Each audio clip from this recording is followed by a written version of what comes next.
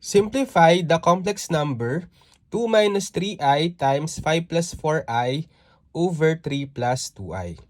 Okay, so meron tayong operations on complex numbers, particularly multiplication and division.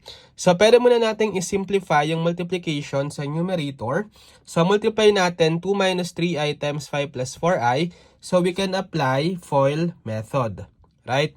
So, multiply natin, we have 2 times 5, that's 10. Then 2 times 4i, that's positive 8i. Then negative 3i times 5, that's negative 15i.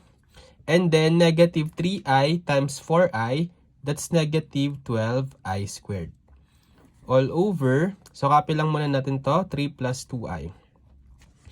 And then, combine natin similar terms. So, we have 8i minus 15i.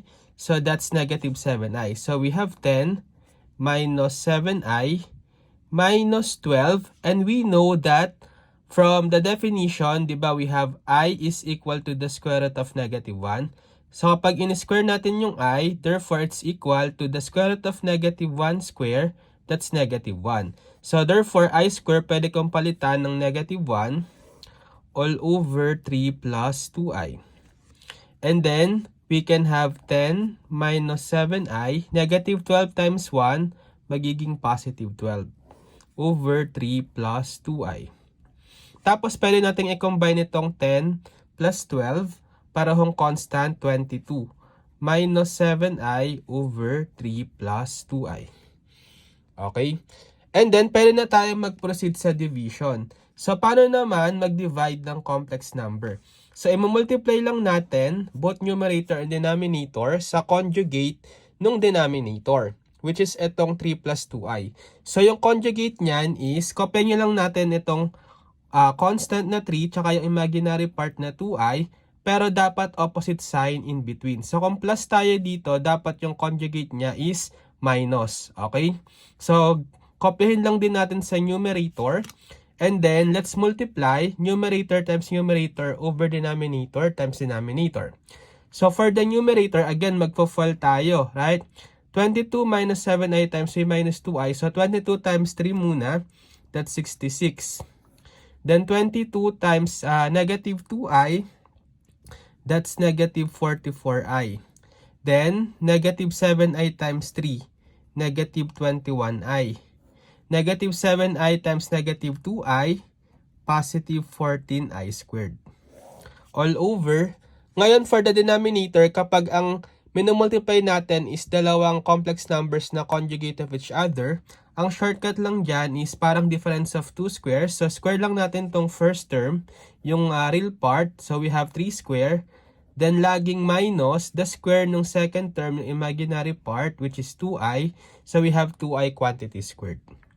And then, we will have, so 66, combine natin to, negative 44i minus 21i. So, that's equal to negative 65i. Then, plus 14, again, yung I square, that's equal to negative 1, right? All over, so simplify natin to, 3 square, that's 9, minus 2i quantity squared, that's 2i times 2i or 4i squared. Simplify, so 66 minus 65i. So 14 times negative 1, negative 14. All over 9 minus 4. Yung I square, again, that's negative 1.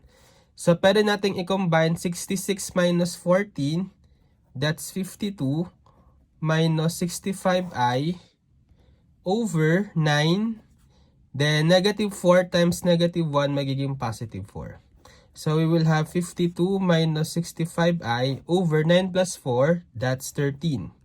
Then, pwede nating i-distribute itong 13.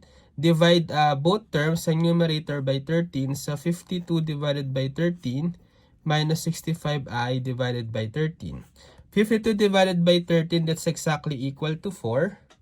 And then, negative of 65i divided by 13. 65 divided by 13, that's 5. And then, don't forget the I. So, the final answer is 4 minus 5i.